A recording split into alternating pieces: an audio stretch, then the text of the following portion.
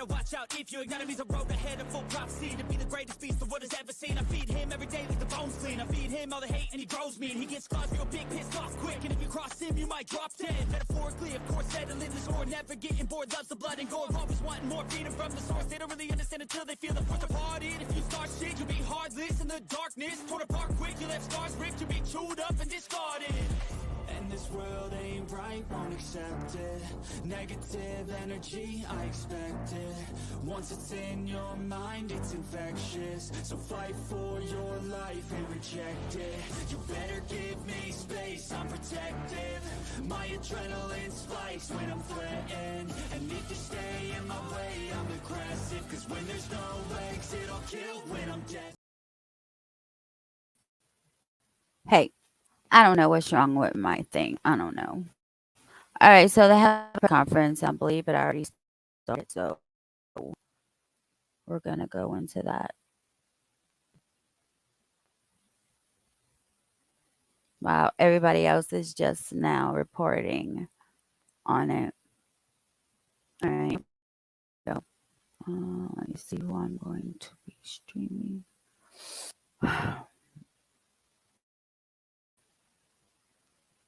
There we go.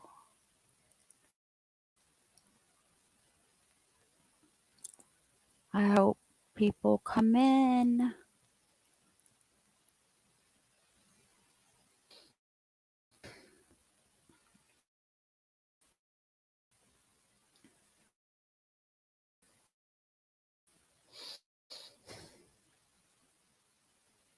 All right. Here we go, ladies and gents.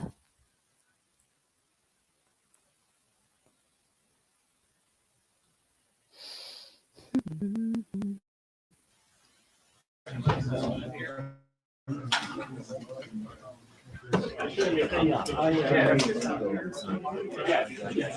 that's what I want to. Hey, do you mind if I move this out? You don't need this right here. Yeah,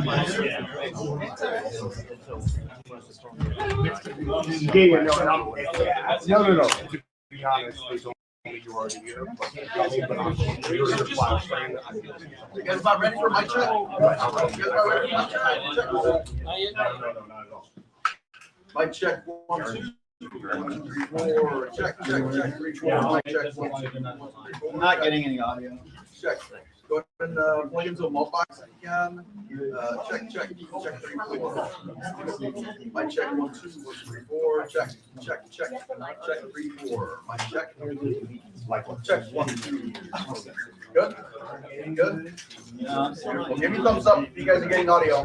Perfect. Awesome. Thank you. Appreciate that. Are you good over there? Check. Beautiful. Check 3, 4. Mic check 1, 2, 3, 4. Check. Are you guys good with the white bounce? No. Not yet.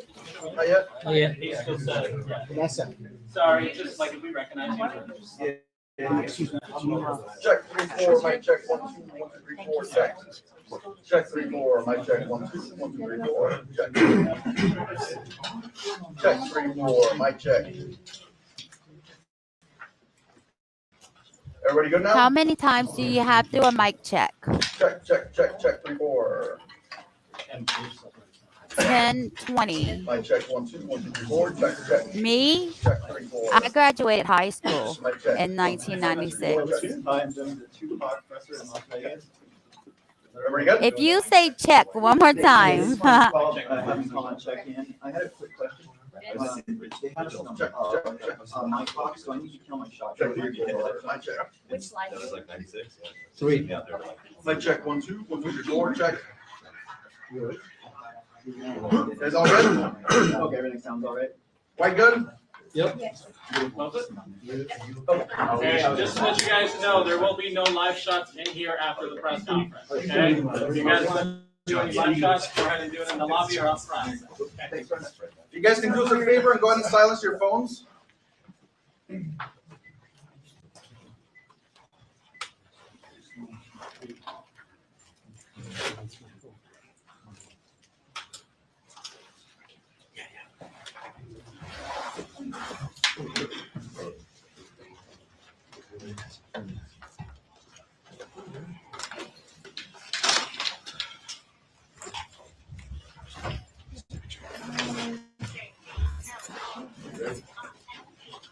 All right, good afternoon. My name is Kevin McMahill. I'm the sheriff of the Las Vegas Metropolitan Police Department. Thank you for joining us this afternoon. 27 years. 27 years. For 27 years, the family of Tupac Shakur has been waiting for justice. We are here today to announce the arrest of 60-year-old DWAYNE Keefe Davis, aka KEEFE D, for the murder of Tupac Shakur. Davis was arrested this morning by my LVMPD criminal apprehension team, and this investigation started on the night of September 7th, 1996. It is far from over. It has taken countless hours, really decades, of work by the men and women of our homicide section to get to where we are today. Several of those detectives that are standing here with us include Detective Cliff Mogg, the lead detective on this case. He is now retired. Well, I know there's been many people who did not believe that the murder of Tupac Shakur was important to this police department. I'm here to tell you that was simply not the case. It was not the case back then, and it is not the case today. Our goal at LVMPD has always been to hold those accountable and responsible for Tupac's violent murder accountable. Just like we do for every homicide victim in our city. Every single victim, every life that is lost is important and remains a priority to this police department. As we methodically built this case to move forward with an arrest, it was also important that at the same time, we're building towards a successful prosecution.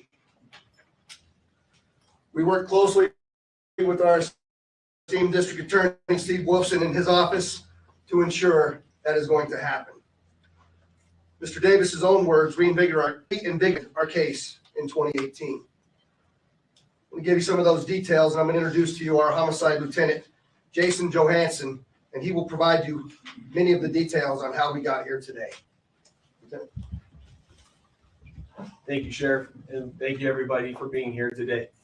My name is Jason Johansson, and I'm the homicide lieutenant with the Las Vegas Metropolitan Police Department.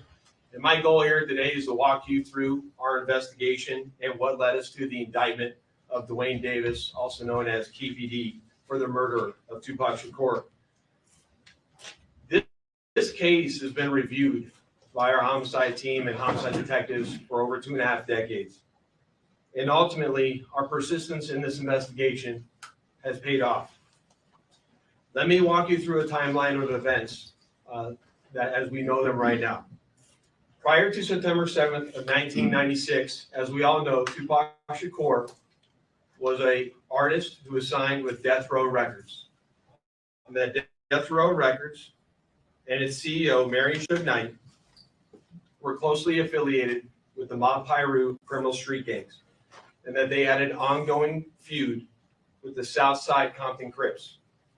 DWAYNE Davis was the leader and shot caller of the Southside Compton Crips. And both of these gangs operated out of the Southern California area of Compton. On the night of September 7th of 1996, Tupac Shakur, along with Suge Knight, and members of their entourage, which include members of Mob Piru, came to Vegas to attend the Mike Tyson fight at the MGM Grand Garden Arena. Members of the Southside Compton Crips, which included DWAYNE Davis, along with his nephew, Orlando Anderson, were also in attendance at the same event. As both were leaving the fight, members of Death Row Records spotted Orlando Anderson near an elevator bank inside the MGM, and at that time they began to kick and punch him near that elevator bank. I will now show you hotel security footage, as many of you have already seen, related to this incident. And on this incident, you will see Tupac Shakur, who is wearing a shiny satiny shirt, along with Mary Suge Knight, who's a large man in a brown suit, punching and kicking Orlando Anderson.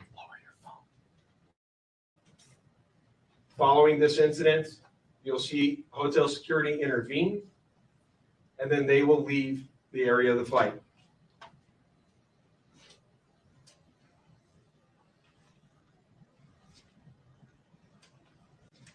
Little did anyone know that it is this incident right here that would ultimately lead to the retaliatory shooting and death of Tupac Shakur. Following this incident, Tupac and Suge Knight both left the MGM to make their way to a post-fight party, which was to occur at a local nightclub. At the same time, word had spread amongst members of the Southside Compton Crips of what had occurred inside the MGM. And then that's when DWAYNE Davis began to devise a plan to obtain a firearm and retaliate against Suge Knight and Mr. Shakur for what occurred inside the hotel against Mr. Anderson. After Davis obtained a gun, he entered into a white Cadillac along with Terrence Brown, DeAndre Smith, and Orlando Anderson. Based on our investigation, this is where we know they were seated. At some point in time, as they were in the white Cadillac, Mr. Davis took the gun that he had obtained and provided it to the passengers in the rear seat of the vehicle. As they were driving west on Flamingo Road near Koval, they located the black BMW, which was driven by Suge Knight, and in the passenger seat was Tupac Shakur. And as they turned around, they pulled up near the passenger side of that vehicle and immediately began shooting at Mr. Knight and Mr. Shakur. Following that shooting, the white Cadillac fled the area southbound on Koval approximately 6 days later on September 13th.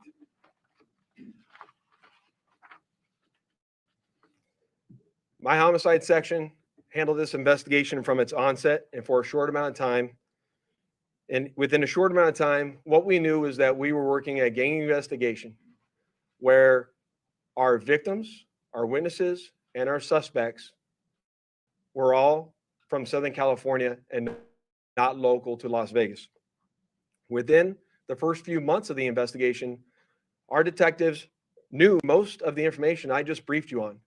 However, we never had the necessary evidence to bring this case forward and present it for criminal charges.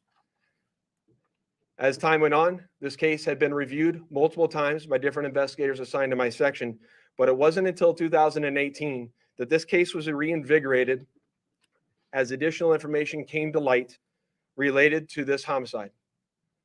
Specifically, DWAYNE Davis's own admissions to his involvement in this homicide investigation that he provided to numerous different media outlets.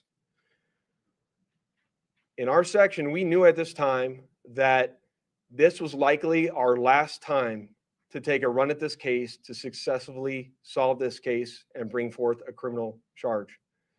It was at that time that this case was assigned to Cliff Mogg, a detective within my homicide section. And over the last 5 years, my section worked closely hand in hand with the Clark County District Attorney's Office and followed a systematic investigative plan over the last 5 years.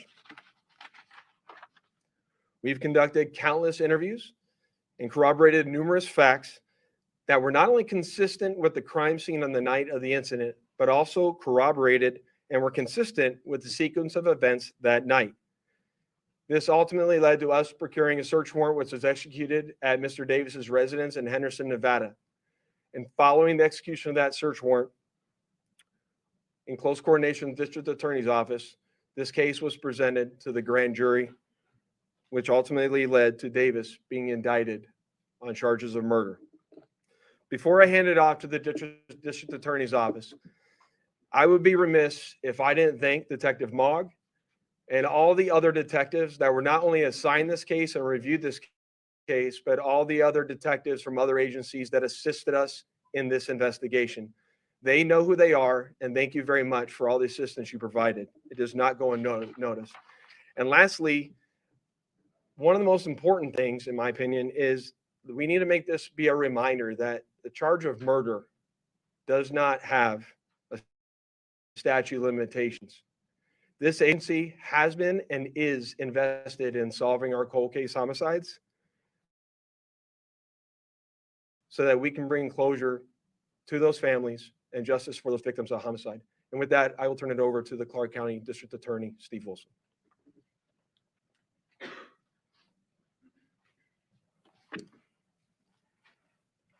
Thank you, Lieutenant Johansson. I appreciate it. Good afternoon. I am the Las Vegas Clark County District Attorney Steve Wolfson.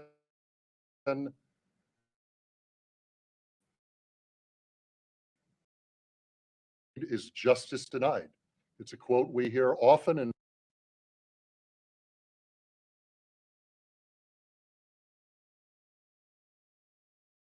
justice denied. It's a quote we hear often and for many, many years when talking about our legal system, but not in this case. Today, justice will be served in the murder of Tupac Shakur.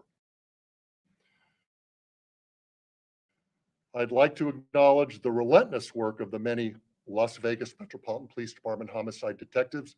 We've mentioned Detective Cliff Mogg many times, and we can't mention his name enough. He is the detective, along with his colleagues, that brought this case here today to you. A Clark County grand jury has indicted DWAYNE Keefe Davis with 1 count of open murder with use of a deadly weapon with a gang enhancement. Davis will appear in court in the next few days or so for a hearing to determine his custody status and to set a jury trial date. This grand jury has been receiving evidence for months and has determined there is sufficient evidence to justify the filing of this criminal indictment. I've assigned 2 of my top prosecutors, Mark DiGiacomo and Banu Palal, to prosecute this case. I know a lot of people have been watching and waiting for this day. Tupac Shakur is a music legend, and for a long time, this community and worldwide have been wanting justice for Tupac. Today, we are taking that first step. Tupac was actually quoted as saying, "Death is not the greatest loss in life. The greatest loss is what dies inside while still alive. Never surrender." Well, we didn't surrender thanks to the great work of the Las Vegas Metropolitan Police Department under the leadership of Sheriff Kevin McMahill, Lieutenant Johansson, retired Detective Cliff Mogg. I am proud to announce the return of this document. This is the indictment we've been waiting almost 3 decades for. It spells out the facts and circumstances and what justifies a Clark County grand jury in returning an indictment. Justice will be served. Thank you.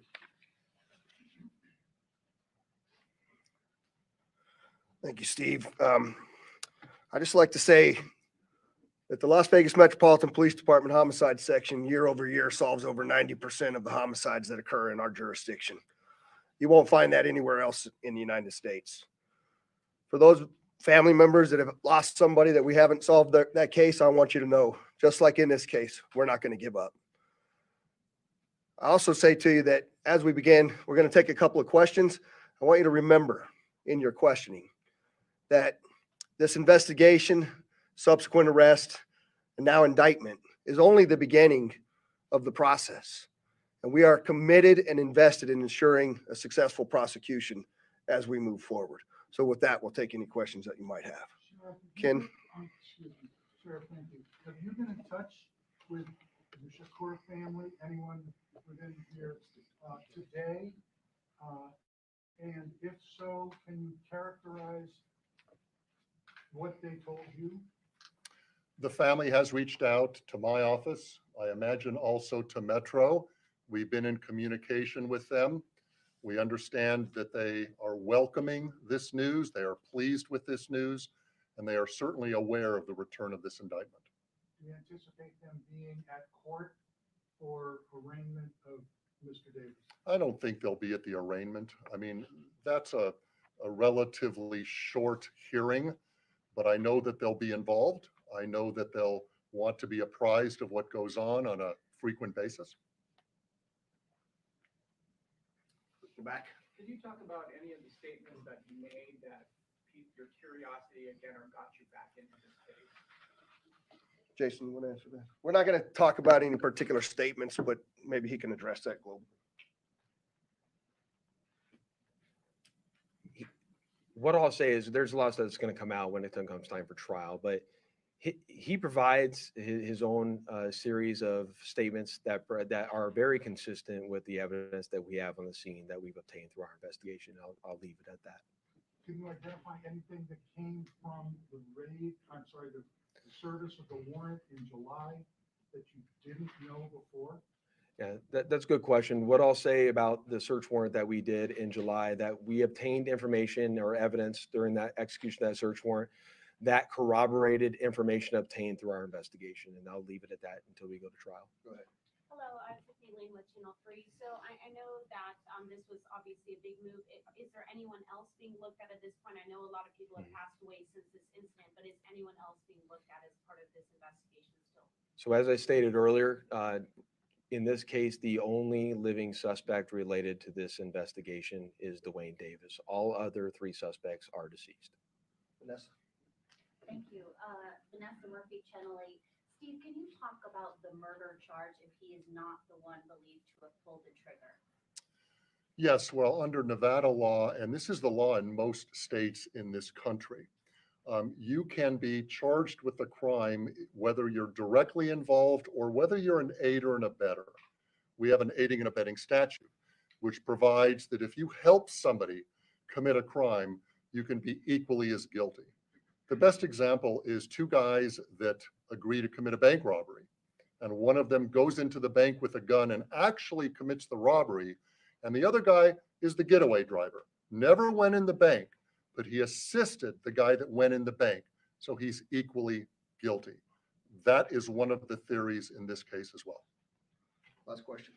Do investigators believe that Davis was the only person behind the plan to kill Tupac, or was he one of multiple people who came up with this plan? I think the best way to characterize that is DWAYNE Davis was the shot caller for this group of individuals that committed this crime, and he orchestrated the plan that was carried out to commit this crime. And can you say how he obtained the gun or who he obtained it from? We know that he obtained it from a close associate. That a lot of the actual details of who specifically, all that come out at trial, but he obtained it from a close associate of his. Thank you for coming. Appreciate it. Thank you. Can you say if Davis has said anything since the Mr. Wilson, Steve, Steve.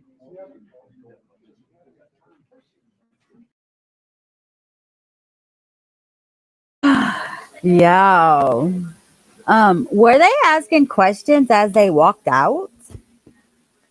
Or they were just talking? Hold on 1 second. I have to close my door because she got this rap real loud. Hold on.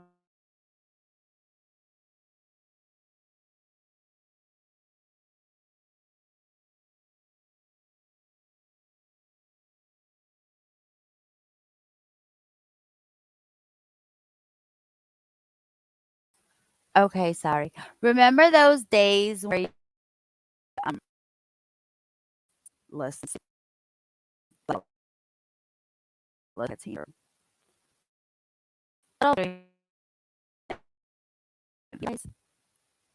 While I'm on this subject of Tupac,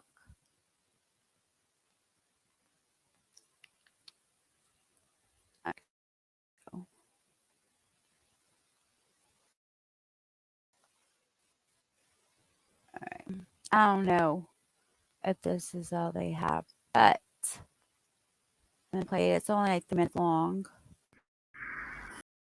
Okay.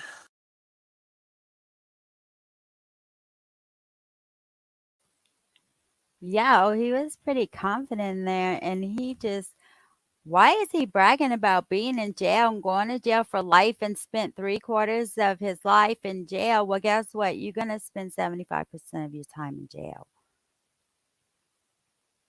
Life, boo. Because you know you did it and you ratted on who killed Biggie. Why? So you can maybe get a lesser sentence? No. Thank you. Have a good day. Oh my God, this man, just watching him talk just gave me the heebie-jeebies. I guess knowing that he was indicted and arrested for it. And so I look at him like in a different way, maybe. But that little interview thing that he just did, Yeah. Yeah. He can go be a Crip in jail and fight gang fights and all that because he's going to be the pod boss or whatever you want to call it because everybody loves him in jail and he's been in Cali and he's been in Vegas and Cali jail is harder. Baby, you shouldn't have killed nobody. You was out for 27 years free while they were looking for you because you killed a person, a human. Oh, I'll find the full interview. That's all I saw. I don't know if I want to even hear more, Ziggy. Like he just thinks he's the shit and he's not. And I want to see what he says now that he's in jail.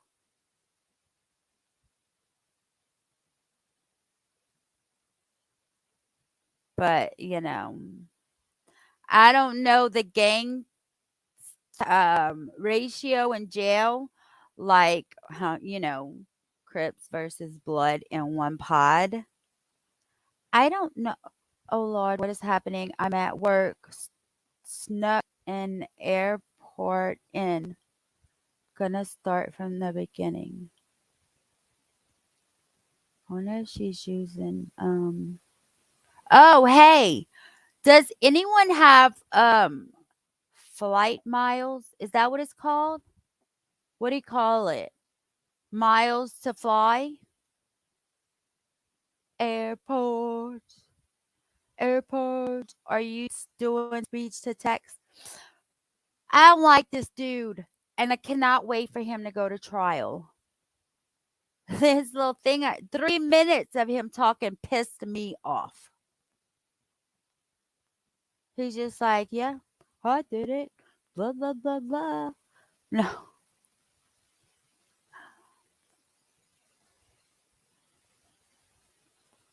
Um, so the full interview is on Black TV also? Let's see. I have my Courtney. Stuff. Oops. No, not that.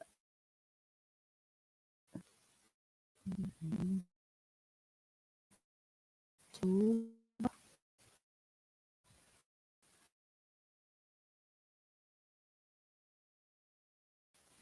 Bad.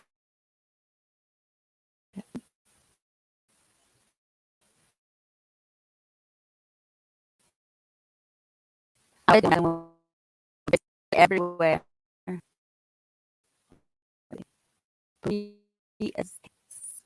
Boozy.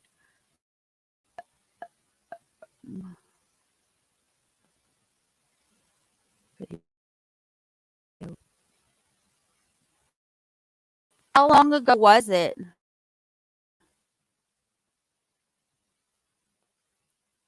I didn't even see the date on the other.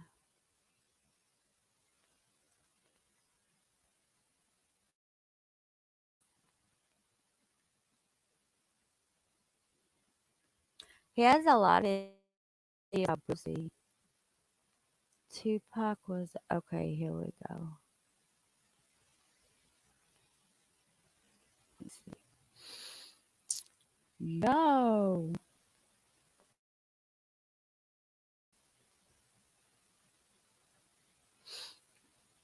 All right, and then I'll remove you after.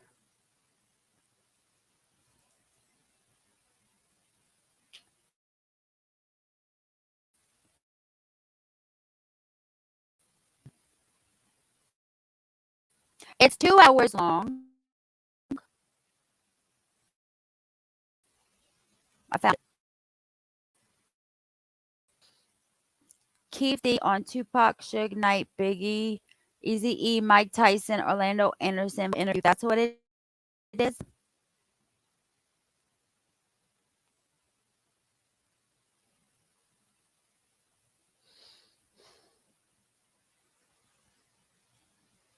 Yeah. That's the one that I found. Okay.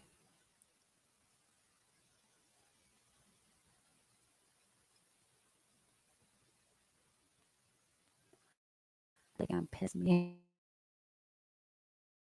off. All right.